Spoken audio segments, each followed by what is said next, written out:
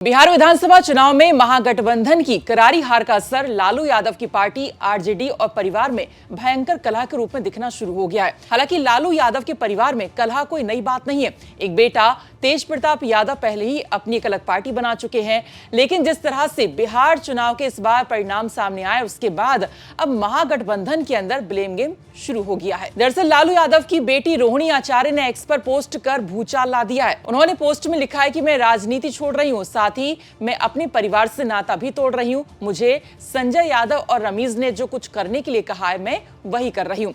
मैं सभी दोष अपने ऊपर ले रही हूँ। अब रोहिणी आचार्य ने जो ये पोस्ट किया है उसमें उन्होंने दो लोगों के नाम लिए हैं और कह रही हैं कि इन्हीं दोनों ने ऐसा करने के लिए कहा है और वही कर रही हैं। अब ये दोनों कौन है वो भी आपको हम बताते हैं। पहले हम बात कर लेते हैं रमीज की। कौन है रमीज? दरअसल रमीज का कनेक्शन बिहार से पहले यूपी से है। वो कैसे, देखिए। दरअसल रमीज यूपी के बलरामपुर के पूर्व सांसद रिजवान जहीर के दामाद हैं। इन पर हत्या समेत कई मुकदमे दर्ज हैं। जमानत पर आए दिन ये बाहर ही रहते हैं। आए दिन सुनवाई के लिए कोर्ट के चक्कर भी लगाते रहते हैं। साथ ही ये आरजेडी का सोशल मीडिया और चुनाव प्रबंधन देखते हैं। इनकी पत्नी बलरामपुर जिले की तुलसीपुर विधानसभा सीट से साल 2017 और साल 2022 का विधानसभा चुनाव लड़ चुकी हैं। 2022 में निर्दलीय लड़ी और 2017 में कांग्रेस के टिकट पर लड़ी थी, लेकिन दोनों ही बार वो हार गई थी। वहीं अब बात कर लेते हैं संजय यादव की। तो संजय यादव की 2025 के बिहार विधानसभा चुनाव में भूमिका काफी बड़ी रही और महत्वपूर्ण रही है, क्योंकि तेजस्वी के मुख्य सलाहकार हैं और तेजस्वी उन पर आंख मूंद कर भरोसा करते हैं। इस चुनाव में हर जगह तेजस्वी के साथ वही नजर आए थे, चाहे वो चुनावी रैली हो, यात्रा हो या फिर बड़े कॉन्क्लेव हो। पार्टी में तेजस्वी के बाद दूसरे नंबर पर कहीं कोई नजर आ रहे थे तो वो संजय यादव ही थे और इससे कहीं ना कहीं रोहिणी आचार्य को दिक्कत भी हो रही थी। इस विधानसभा चुनाव में पार्टी के लिए सीट बंटवारे से लेकर चुनावी मुद्दे गढ़ने तक में संजय यादव का बड़ा दखल रहा है। हालांकि संजय यादव मूल रूप से हरियाणा के महेंद्रगढ़ के रहने वाले हैं। अब हार के बाद संजय यादव की भूमिका और योगदान को लेकर चर्चा भी जरूर होगी और ये तो होना ही था कि क्या संजय यादव आरजेडी के लिए कमजोर कड़ी साबित हो रहे हैं। और जिस तरह से कल परिणाम सामने आए उसके बाद आरजेडी के अंदर भी कलह दिखनी शुरू हो गई है।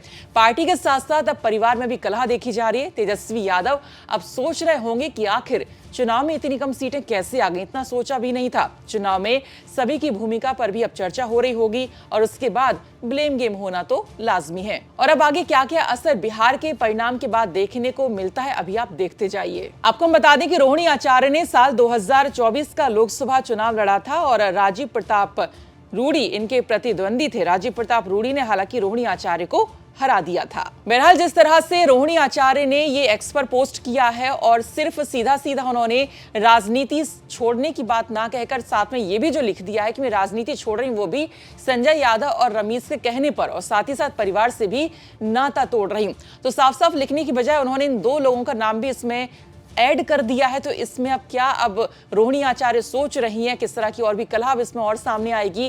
क्या अब इस पर प्रतिक्रियाएं सामने आ सकती हैं? तेजस्वी यादव क्या करेंगे? किस तरह से ये जो चुनाव के परिणाम आए हैं उसमें किसकी भूमिका कैसी रही है, कहां पर कमी रही है, ये भी हालांकि महागठबंधन के अंदर सभी पार्टियां ये भी सोच रही होंगी और खासकर आरजेडी, क्योंकि आरजेडी लगातार ग्राउंड पर बिहार में काफी समय से मेहनत कर रही थी इस चुनाव के लिए, लेकिन उम्मीद से परे इस बार ये जो रिजल्ट यहां पर सामने आए हैं, एनडीए की एक प्रचंड जीत यहां पर सामने आई है, जो खुद यहां पर गृह मंत्री अमित शाह उम्मीद नहीं कर रहे थे कि इतनी सीटें आ पाएंगी, क्योंकि वो भी कहीं ना कहीं 150 से 160 की उम्मीद लगाए बैठे हुए थे, लेकिन इतनी सीटें आना ये कहीं ना कहीं उम्मीद से परे ही था।